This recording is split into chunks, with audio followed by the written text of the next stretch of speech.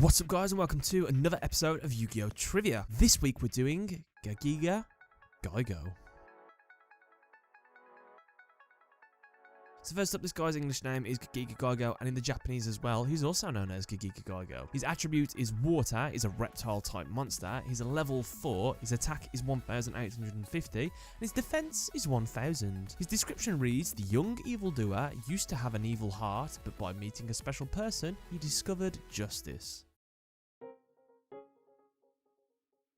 The evolution of Gagagigo goes Gigabyte, Gigabyte, Gagagigo, Gigagigo, Gigagigo, and Gagagigo, the Risen. This card is the third form of the Gagagigo series of monsters, and related to the Charmer card series, specifically Area, the Water Charmer. Similar to Goblin of Greed, Warrior de Grapha, Dark King of the Abyss, and Warrior Lady of the Wasteland, Gagagigo has a story told through various other card artworks. His story started out in his younger days, serving Area, the Water Charmer, as her familiar. During this time, he fought alongside her and many others. While in his younger days, he was nearly eaten by some monster plants while trying to get food, but was saved presumably by Area. He grew up into Gigabyte and then to Gagagigo. He continued to serve as Area's familiar for a long time until he and the familiars of the other Charmers released their full potential. After that, Gagagigo went on to follow his own path of evil. He saw food that was being made for Freed the Brave Wanderer and tried to take the food, but he got into a scuffle with Freed the Brave Wanderer.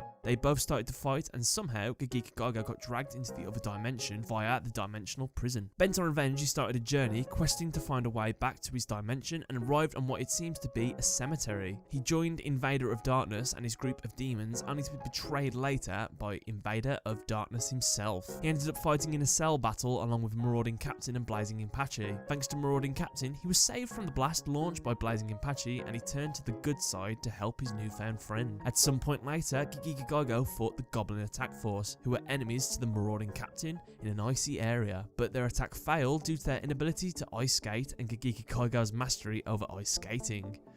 Okay. He would then join Marauding Captain in a war against Invader of Darkness and protect one of Marauding Captain's men from Invader of Darkness. However, after the blast, Gagagigo was severely injured and was in need of immediate support. He went on to gain aid from Kozaki, who was a spy among the warriors, and got his body reconstructed, turning him into Gagagigo.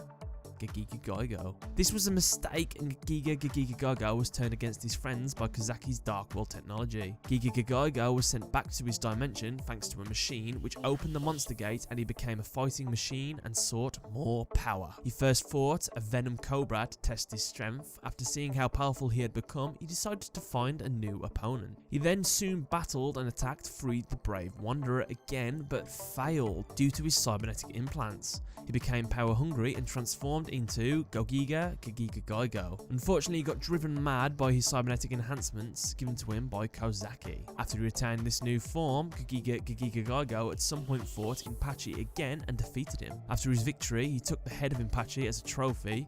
He later fought Invader of Darkness again and presumably defeated him. After taking Invader's body with him, Gagagigo soon fought Freed the Matchless General again for revenge, but was stopped by his saviour, Marauding Captain, who reminded him of who he once was before being mechanized. This purifies Gagagigo and transforms him into Gagagigo the Risen. Gagagigo the Risen would later fight an unknown opponent. The opponent threw many green energy shards at him, but Gagagigo used a red coat he obtained to protect himself. Later, Gagagigo fought Swordbreaker. During this fight, Swordbreaker captured Gagagigo and stole one of Gagagigo's Xyz materials. Whew, and that's pretty much the story. While Gagagigo himself is unedited, cards such as Stumbling and Absolute End have been edited to give him shorts.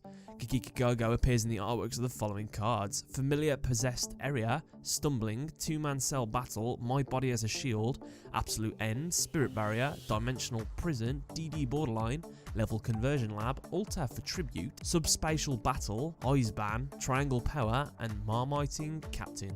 In the manga volume 37, Honda summoned this card in order to fight Zork Necrophades, along with Yugi's Dark Magician and Katsuya Janucci's Red Eyes Black Dragon.